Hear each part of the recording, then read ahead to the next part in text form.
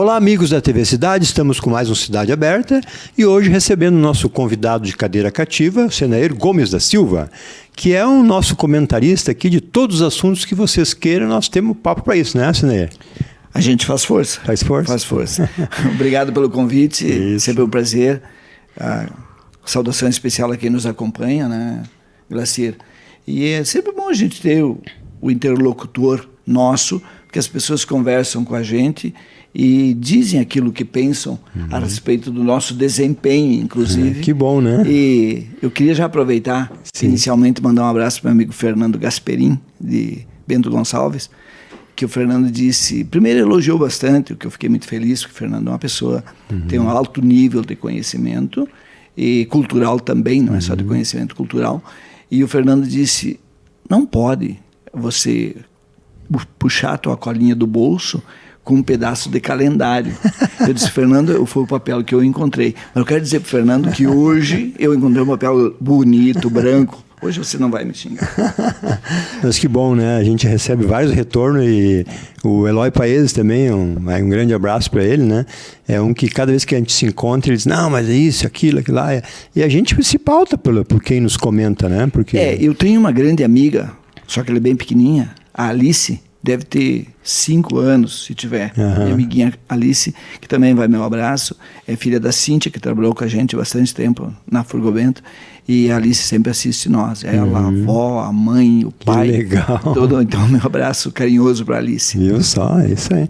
E daí, Senair, a grande conversa que é recente agora é esse negócio do agrotóxico na soja. Pois é, o que tu tem para nós aí?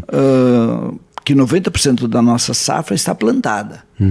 E que agora veio a proibição do uso do 2,4-D, que é um herbicida forte que eles usam na plantação já do soja, para as ervas daninhas não crescerem. É o que está se aplicando hoje em alguns setores da sociedade também. Para as ervas daninhas não crescerem, a gente usa a força da lei. A força da lei. Que não deixa de ser um herbicida. Assinado por Lava Jato e etc. Etc. Então, esse herbicida, através da pulverização no plantio do soja, ele faz a tal... Ele se desloca para as outras, se chama deriva, tecnicamente. Na vizinhança? Na vizinhança. E aí atinge os hortifruti granjeiro, atinge qualquer tipo de outra atividade econômica e também para a saúde humana. Foi proibido, mas os nossos fiscais da Secretaria da Agricultura estão de greve acompanhando os professores. Então isso é muito preocupante. Uma lei inócua. Dos 26 municípios que plantam soja, 9 municípios estão enquadrados na nova orientação da Secretaria da Agricultura para que use de uma maneira racional e de uma maneira tecnicamente correta. A própria Secretaria está passando essas instruções e há uma fiscalização, além da orientação, para que não aconteça essa tal da deriva, que não vai prejudicar a vizinhança. O fato é que apenas 9. Então, 17 municípios tiveram problema com esta tal da deriva.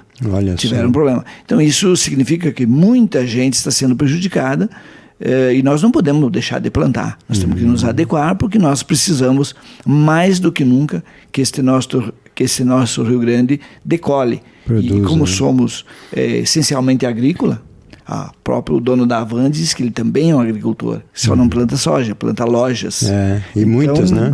E nós somos um estado que até pouco tempo era invejado pelos outros estados, pela grande produtividade que sempre tivemos, principalmente na plantação de soja. Então, é uma fonte de riqueza que nós não podemos abrir mão.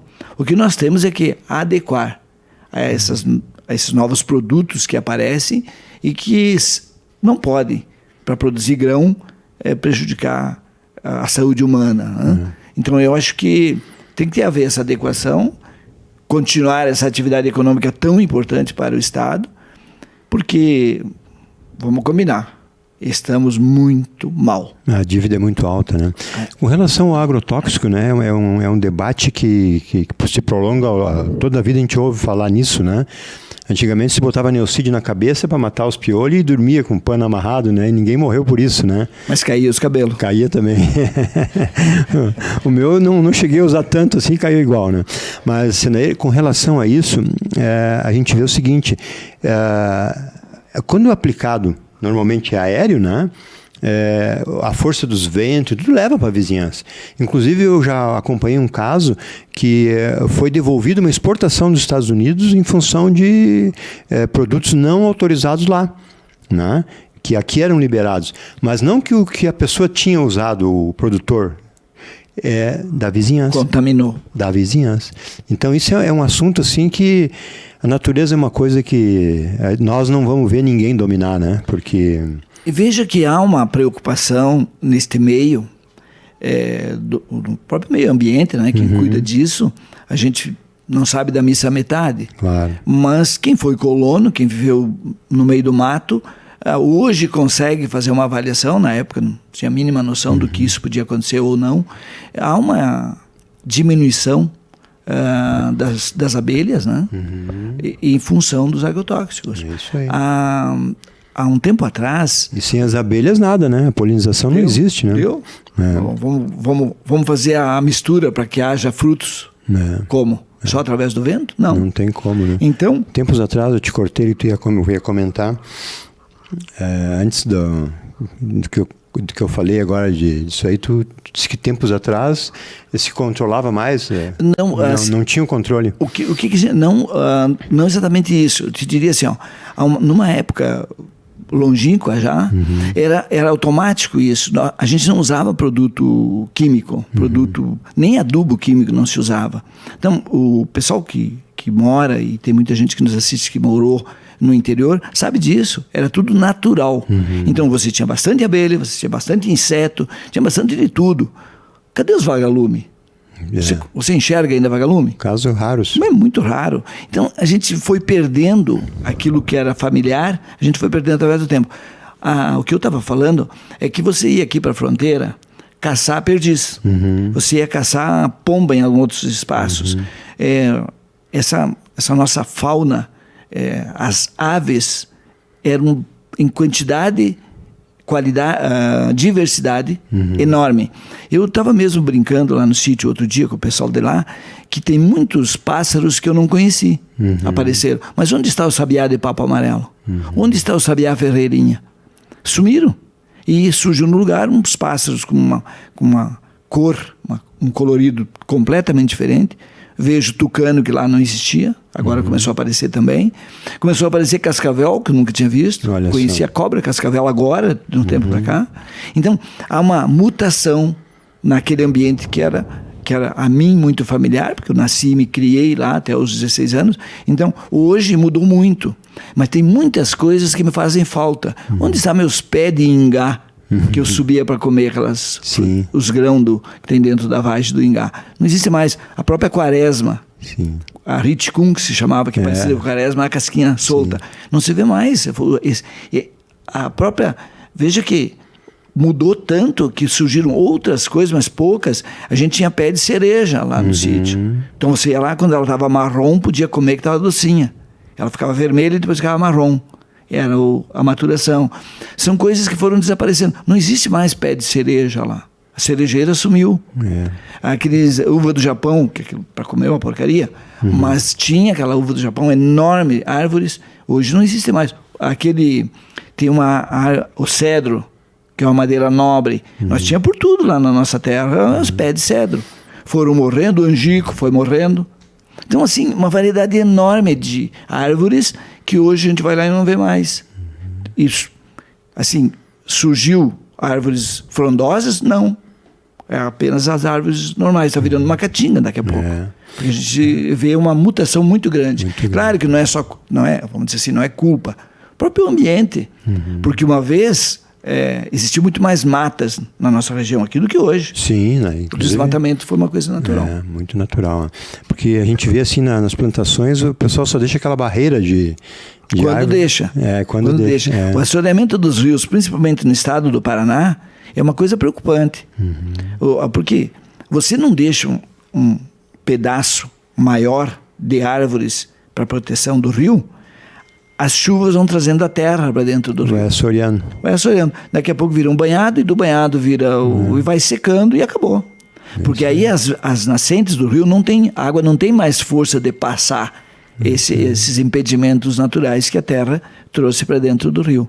Então, eu lembro de ter visto rios limpos na região principalmente no sul do Paraná, eu tinha os parentes, e a última vez que fui lá, 7, 8 anos, já era um banhado. Olha só. Não, cortaram as árvores até na beira do rio, para plantar o soja até na beira do rio. Então isso, vou dizer, agora com o novo Código Florestal, tem uma distância regulamentar que tem que ser respeitada. Nosso problema não é a legislação, nosso problema se chama fiscalização. O que não existe, né? E a consciência ambiental que nós temos que ter. Parece que o agricultor está mais consciente nesse sentido. Hoje sim, mas depois de todo esse estrago, as novas gerações e o advento da internet, a comunicação com as pessoas, hoje o fundo da grota é muito longe. A região toda, pode ser 100, 200, 300 quilômetros das cidades, elas têm internet, têm ligação por telefone. Informação instantânea, né? A informação instantânea. Nós estamos hoje no país, mesmo que não seja o país mais comunicado, ligado às comunicações do mundo, mas nós temos uma boa comunicação. Muito boa. Se você olhar comparado a 30, 40 anos, é um espetáculo. Com certeza. Se comparar 15 anos atrás, né? Eu vou nos meus primos lá fora, onde a gente morava, e eu fico brincando com eles. Vocês têm a televisão, às vezes eles ficam me contando história que eles viram na televisão que eu não vi. Então essa interação você consegue. Uma vez tu tinha que voltar no tempo para falar só aquilo que a gente conhecia. Isso. Hoje eu posso falar assuntos de hoje que eles também conhecem. É muito bom isso. Claro, atualização, né? Eu estive domingo à tarde numa fazenda que é da minha prima, e ela mora sozinha agora, está com 60 anos, mora sozinha, foi minha aluna no 2º ano primário, acho que foi. Ela foi minha aluna, e era muito tempo que eu não conversava com ela. E aí eu fiquei escutando a história dela e tudo que ela passou até agora, passou a limpo. Que legal. Aí ficamos conversando muito tempo. Não tem preço, um papo. 3 horas conversando, 3 horas. E aí, ela é uma pessoa ligada no mundo.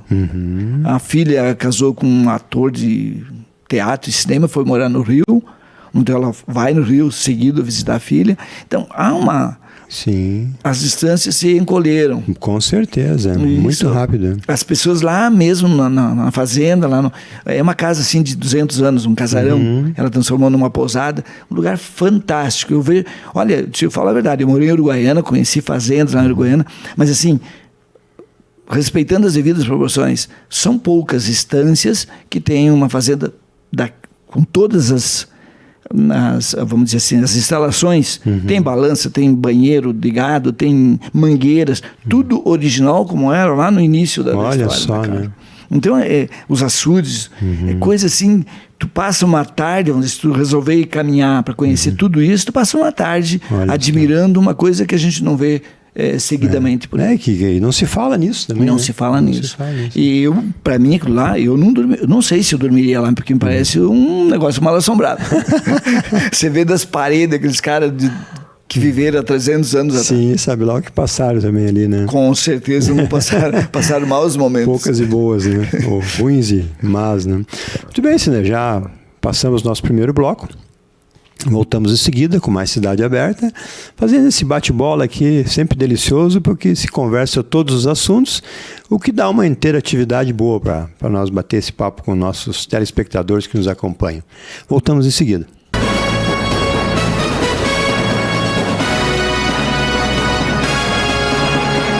A Flores Tintas é uma empresa inovadora no ramo de comércio de tintas. Seu principal diferencial é a qualidade dos seus 5.000 produtos à disposição e seu suporte técnico. Conta com equipe de profissionais preparados para resolver soluções para impermeabilizações, restauro e embelezamento, visando sempre o conforto e a valorização do seu patrimônio. Também oferece a opção de aluguel de equipamentos. Com matriz em Flores da Cunha e filial em Farroupilha, trabalha com vendas de tintas tintas para manutenção predial, industrial, automotiva, tinta para pisos, argamassa cimentícia para nivelamento, além de toda a linha de acessórios para pintura, equipamentos de EPI e ferramentas. A Flores Tintas conta com profissionais com mais de 30 anos no mercado, buscando sempre manter parcerias com clientes, fornecedores e profissionais do setor. Conta com as principais marcas do segmento de pinturas em geral. Conheça o nosso trabalho. Solicite a visita dos nossos técnicos.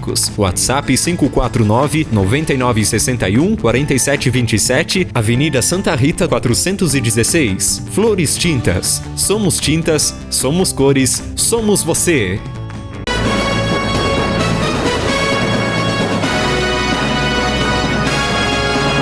Olá, amigos. Voltamos com Cidade Aberta. Hoje o nosso bate-papo aqui, multi-assuntos, com o Senair, que sempre nos traz novidades e conhecimentos para nós dividir com os nossos telespectadores. Daí, Senair, vamos falar um pouco do leite? Leite coalhou? Leite... Nosso governador? Quando eu ordenhava as vacas ou o nosso sobrenome do nosso governador? O nosso governador. Ah, então tá. Não, eu preferia falar do leite que a gente fazia o queijo, deixava coalhar para comer de sobremesa. Eu ia no tambo buscar leite. No tambo. No tambo. Nós íamos no galpão. Nós chamava de tambo lá, onde ele vendia onde leite, tinha diversas vacas. Exatamente. A gente, quando tinha uma, duas, já estava muito feliz. Já era rico. E sabe, só antes de entrar no assunto do Eduardo Leite, com todo respeito ao nosso governador, mas quando eu nasci, a vaca que tinha única morreu engasgada. Eu já comecei de sorte. Ela foi comer uma laranja, um espiga de milho, não sei bem certo, e se engasgou e morreu. Olha só. Morreu engasgada. E aí me criaram a café preto com cuscuz. Quer mais? Coisa boa. E linguiça. E logo em seguida a mãe não teve mais leite, porque já estava grávida, porque naquela época... A diferença minha com o meu irmão mais velho é 1 ano e 15 dias. Sim, é isso aí. Né? Com a minha irmã, 1 ano e 4 meses, que é mais nova que eu. E assim era... Sim, sim. Era assim que funcionava. Tinha uma vizinha nossa lá, tem ainda, ela já faleceu, mas são 21 irmãos, família Kissine, que uma vez eu estava jogando futebol com eles e eu olhei e eu era o único estranho. Eram tudo irmãos. E eu estranho, não, o que estou fazendo aqui? Sim, isso que te deram uma chance ainda. Me deram uma chance. No casamento de 50 anos do mais velho, faltou um, estava eu lá, representando o cara que mora no Mato Grosso. Olha só. Então, são essas coisas irmãos, né? Que tu guarda para a vida, sabe? Esse tipo de coisa tu guarda para a vida. Mudou muito. Hoje você tem um filho e olha lá, né? 21 pessoas. E eu até brinquei quando eu me puxaram para mim lá no lugar dele, estava na ordem de nascimento, né? Aí eu olhei para cima, olhei para volta, são 11 mulheres e 10 homens. E eu disse, olha pessoal, agora endireitou essa foto. Porque tem cada um aqui, eles todos, vamos dizer assim, quase todos são mais velhos que eu. Então assim, isso faz o quê? 7, 8 anos já. Legal. Ficou, como eu te digo, essas coisas ficam na imagem. As coisas boas, né? As coisas boas, muito divertido. Futebol do fim de semana. Mas falando do Eduardo Leite, nosso governador, está provado que o Estado estava numa situação que não bastava tirar a bunda da cadeira. Tirar a bunda da cadeira era um gesto também necessário, mas não basta isso. São muitas coisas que precisam ser feitas para que esse Estado, pelo menos, se tente colocar no rumo certo, como a expressão que o nosso sempre senador Pedro Simon disse. Me parece que o Brasil agora está no rumo certo. Então, o Rio Grande, para entrar no rumo certo, porque veja que nós temos algumas bombas que eu não vejo, sinceramente, por mais que você pense, eu não vejo saída. Nós temos uma folha de pagamento do Estado que consome quase 90%, coisa assim. Entre ativos e inativos. Ativos e inativos, e principalmente inativos, que já é a maioria. Então, você faz o quê numa situação dessa? Se fosse na tua empresa, o que tu faz? Você tem 10 que trabalham e 9 fora do trabalho que recebe. Coisa assim? Não. 10 que recebe e 9 que trabalham. Se é mais da metade, e é mais da metade que está parado, vamos botar assim, 6 que recebe sem trabalhar e 4 que recebe trabalhando. Então, não existe essa empresa que se sustente. Aí você vê, por outro lado, uma economia que está demorando muito a decolar. Mesmo que tenha sido criado empregos durante 2019, quase todos os meses aumentando o número de empregados, e diminuindo automaticamente o número de desempregados, mesmo assim a economia não está deslanchando num ritmo suficiente para que o Estado tenha pelo menos esperança, nós gaúchos. Tem outra questão, são, se eu não me engano, 300 milhões por ano ou coisa parecida que o Estado está deixando de recolher junto à União por força de uma liminar. Eu vi os números, confesso que eu não estou lembrado agora, mas são números altos. Muito alto. O dia que cair essa liminar, ou sei lá o que vai acontecer, encerrou. É intervenção federal na hora. Não tem o que fazer. Calamidade nas finanças públicas. Não temos o plano B. Aí, mas essa liminar vai até quando? O que tem que acontecer? Ah, não, mas nós vamos fazer a renegociação da dívida. Renegociação da dívida. Quando se fala nisso? Na eleição se falou, agora não se fala mais. Ah, porque precisa isso, precisa aquilo. Nós vamos privatizar o Banrisul. Será que a Assembleia vota? Quer dizer, aí você faz uma série de projeções, aí você vai dar o passo seguinte, não acontece. Não acontece. Agora mesmo se prometeu 1 milhão na conta de cada deputado para emendas. Você viu isso, ninguém mais está falando. Por quê? Porque mais da metade dos deputados abriram mão. É muito estranho, é no mínimo curioso que você, como governador do estado, coloque na Assembleia Legislativa 1 milhão na mão de cada deputado para fazer emendas, quando você parcela o salário dos professores, parcela o salário de todo o funcionalismo. Policiais e professores são os principais atingidos, né? Mas o funcionário do Estado como um todo, agora os cargos de confiança, será que foi parcelado também? Nada. O judiciário é parcelado? O legislativo é parcelado? A própria Assembleia, né? Aquelas mordomias lá, tudo. Não... Então, agora lançou um plano que diz que modificando o plano de carreira, modificando aqui e ali as coisas... mas não é isso. Isso é perfumaria perto do problema central do Rio Grande do Sul. Que, além da folha de pagamento, nós não temos um Estado capaz, pelo que produz, pelos impostos que arrecada, capaz de aguentar esta folha de pagamento, os 3 poderes ganhando o que ganham. Se nós não propormos uma solução de corte radical em todos os altos salários, não importa, se eu sou um desembargador, ganho 30, 40, não sei, 30 mil reais, um exemplo, e eu não consigo viver com 20, eu vou ter que trabalhar em outro lugar. Aqui no Rio Grande do Sul ele só pode ganhar tanto, durante um período X. Por quê? Porque o Estado não tem capacidade. Não tem capacidade de pagar. Vai buscar onde o dinheiro... Ah, mas tem bens imóveis que pode ser... Concordo, pode ser vendido. Depois que vendeu... Tá, mas vendeu, não resolveu o problema. Tu resolve o problema por um determinado tempo. Curto prazo. Né? A privatizar o Banrisul, sou favorável. Estado nenhum tem que ter banco. Claro, para quê, né? O banco tem que ser coisa da iniciativa privada. Ah, mas nós vamos privatizar, sei lá, mas o quê? Não tem problema, as estradas. Eu prefiro as estradas privatizadas, que eu ande bem, que eu economize dinheiro na mecânica do meu carro, no combustível, que acaba gastando mais. A segurança. Eu prefiro que as estradas sejam pedagiadas.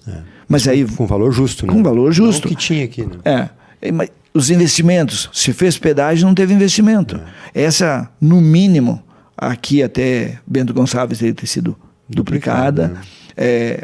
Bento Gonçalves, até aqui embaixo, na Feliz, Bom Princípio ali, o que falta duplicar, teria que ser duplicado. Olha o que é aquela 470. Uma loucura. Então nós estamos assim, agora cai uma pedra ali na 122. Um mês.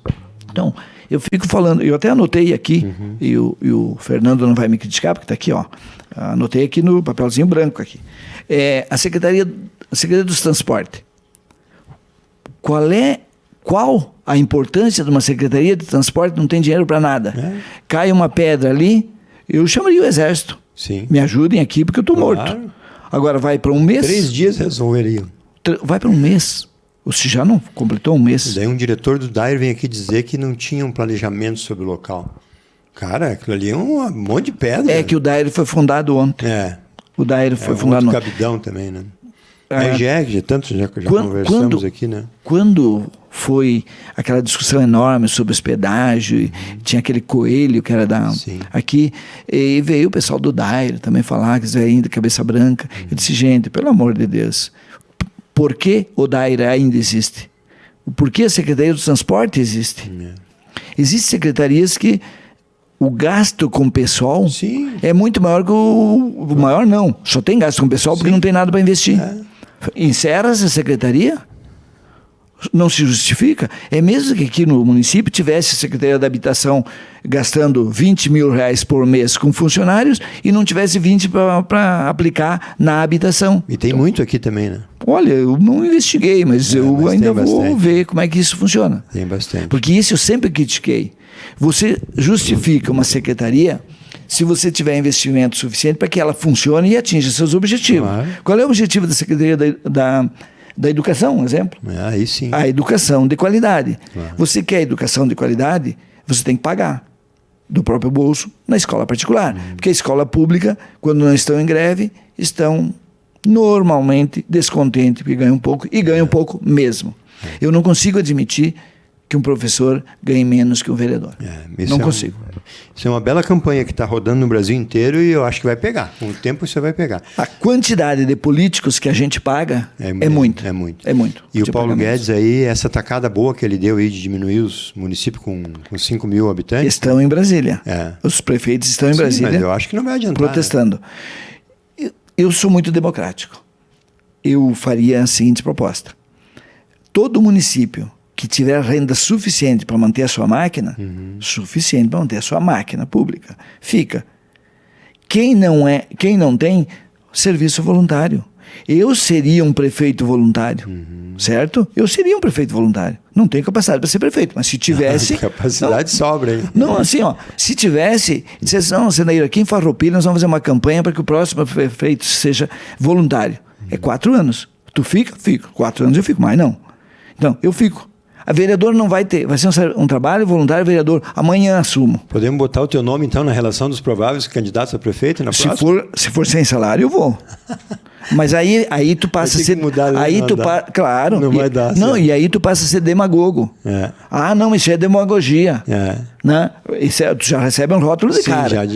Mas eu venho dizendo isso há muito tempo. Se você montar dentro dessas prefeituras, prefeito voluntário, vice voluntário, até porque vice deve ser voluntário sempre. Né?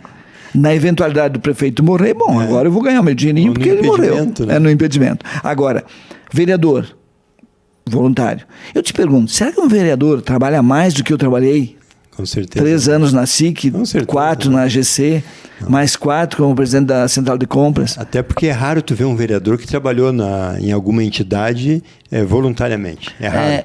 10 como tesoureiro do Coreia de Serra. Não existe. Será que é mais importante, é mais sério, é mais comprometedor do que se fez? E olha, eu tenho o maior prazer em dizer isso. Eu aprendi muito. Claro, eu agradeço muito o convívio.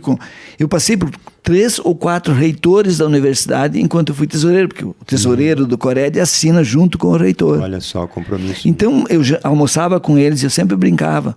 Eu estou cursando uma universidade sem pagar. Com certeza. Porque qualquer dúvida você está o reitor sentado do outro lado. E a experiência que eles passam para a gente. Passam, mas assim, a gente aprende mais do que na cadeirinha, aprendendo só aquela. Com certeza. Aquela matéria que eu questionava sempre. Um dia o Zorzi me disse, dentro desse teu, professor Zorzi, desculpa, dentro dessa tua maneira de pensar, tu quebra a universidade. Eu disse, eu quero ir lá me matricular em contabilidade, fazer só as cadeiras que eu sei que se usam na contabilidade. As outras não.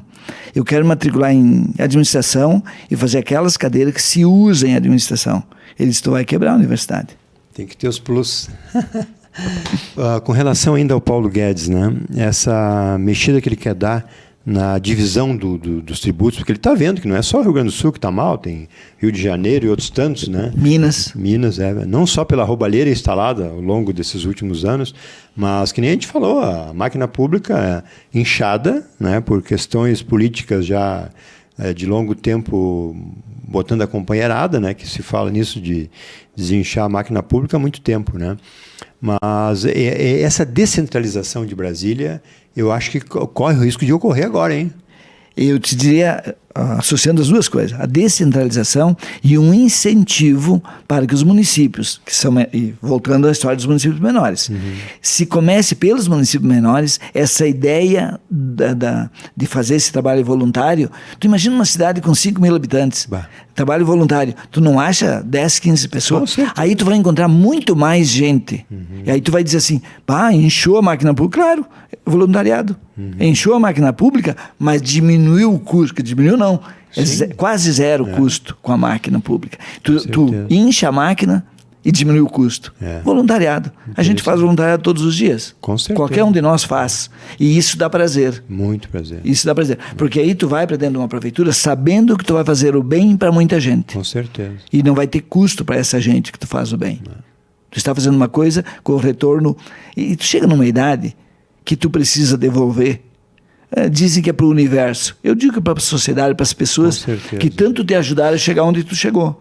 E todos nós chegamos a algum lugar. Com certeza. Uns no segundo degrau, outros no terceiro, outro no quarto, outro no quinto, outro lá no 15º. Nós chegamos a algum lugar. Cada um com a sua sorte, cada um com as oportunidades de soube aproveitar, cada um do seu jeito. E que seja feliz do seu jeito e onde está. Essa é a receita, vamos botar assim. Agora, por que não a gente chega numa idade aposentado? Eu não vou ficar em casa brigando com os gatos. Eu posso ir lá na prefeitura fazer alguma coisa. Com certeza. Eu posso ir lá na Casa Lar fazer alguma coisa. Isso aí. Outro dia eu fui dobrar fraldas ali no... Olha aí. Foi ver como é que funcionava? Eu posso precisar? Com certeza. Então, mas tu não vai precisar. Fui lá ajudar a dobrar fralda. Se precisar, tu vai poder comprar, com certeza. Pois é, mas são essas coisas, Gracilo, que não te custa nada e te traz prazer. Com certeza. Te traz compensações. Isso não tem preço. Quando a gente trabalha nessas entidades e tem algum projeto que a gente toca bem sucedido. E o que precisa é fomentar, é incentivar que as pessoas se sintam bem fazendo isso. Porque, de novo, na máquina pública as pessoas têm um certo... E eu não vou ser secretário para ganhar tanto e ser chamado de ladrão. Mas não, eu tenho ideias, eu quero contribuir com o meu município dessa forma, eu estou preparado para ajudar o meu município em tal setor. Mas a pessoa fica com uma certa dificuldade. Um grande exemplo que a gente tem falado muito aqui, Sinair, é o Observatório Social. Tem praticamente 80 pessoas voluntárias e fazendo um trabalho bonito, olha, com uma poupança fantástica. Isso é um sonho de 16 anos. Olha só. Quando eu ouvi o Nogaroli falar isso em Maringá, e meu amigo Fernando sabe... Foi onde começou, né? Foi onde começou. E ele me disponibilizou, inclusive o software, tudo, para que a gente instalasse Farroupilha. Com as pessoas que eu falei que precisa... Eu fiz errado. Eu achei que eu tinha que falar dentro da prefeitura, não foi o contrário. Eu tinha que ter falado com outras pessoas. E todo mundo, não, isso não é assim, tu vai só arrumar confusão e tal. Todo mundo me tirou o incentivo. Sim. E aí eu falei com algumas pessoas, tipo Silvio Marqueto, posso até fazer o nome, e ele disse, olha, fantástica ideia. Só que aí passou, a gente saiu da entidade e morreu por ali. Só que eu acho que isso vai fazer a diferença. Vai, já está fazendo. Na administração pública nacional. Já está fazendo a diferença. E está crescendo, o presidente esteve aqui outro dia, né?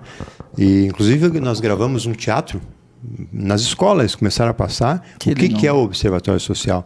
A importância da criança ser o cidadão cobrador da falta da luz, do buraco, da infraestrutura. E nós estamos rodando na TV, tá bem legal. É um teatro assim, um pouco, vamos dizer assim, informal, com 5 pessoas falando, mas bem objetivo, bem legal, e faz parte do Observatório Social trabalhando na prevenção. Como eu gostaria de ser prefeito de uma cidade que tivesse um observatório social como meu parceiro. Claro. Não me deixa errar. E se eu errar, tu corrige em quanto é tempo. Aqui o prefeito foi inteligente, pegou o rapaz do Observatório Social e levou ele para as licitações. Só que já tirou em seguida, né?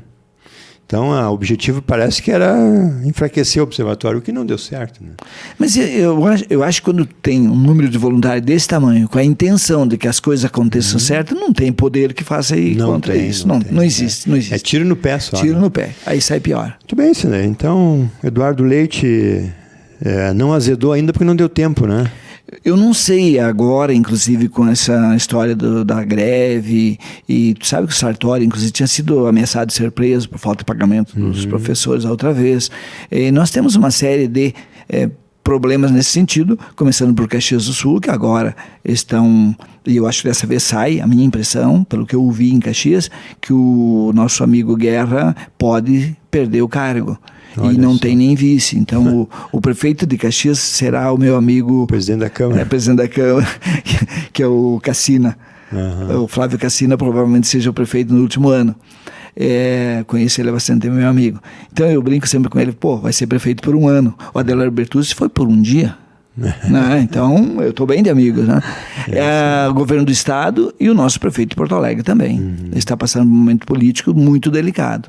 Isso é importante, que o cidadão está sendo mais cobrador e exige dos deputados, dos vereadores, uma cobrança maior. Isso é muito importante. Por isso que eu falo sempre, eu quero registrar esse meu pensamento. A onda de moralidade que está se instalando no país deverá contaminar.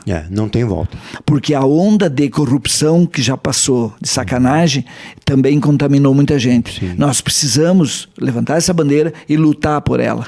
Que a moralidade, o que é certo, o que é errado. As pessoas têm vergonha de fazer uma coisa errada, isso nós temos que plantar. Todos nós temos a obrigação de plantar isso. E a vergonha que o cidadão tinha de cobrar o cara errado. Né? Porque parecia que o bandido era tu que estava denunciando. Porque tu era o Joãozinho do Passo Certo. Aí que tá. As pessoas ficavam quietas. Exatamente. As pessoas não tinham apoio. Vamos ser sério. O apoio oficial. Não tem. Não tinha. Não tem. Agora dá a impressão que no oficial também há uma guinada. Sim. Não quero a coisa errada. Isso aí. Eu quero a moralidade de volta. E nós precisávamos de um super-herói que é o Moro, né? Tu vê aonde ele vai, é teatro, é show...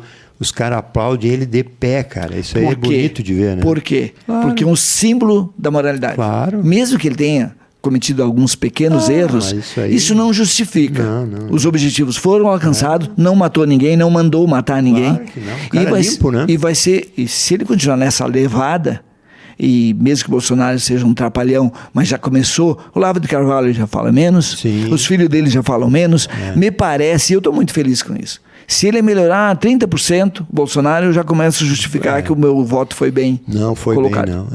Eu sempre digo, Cineia, nós não tínhamos outra opção. É o único cara que podia... Não era isso que eu queria. Usar o braço forte.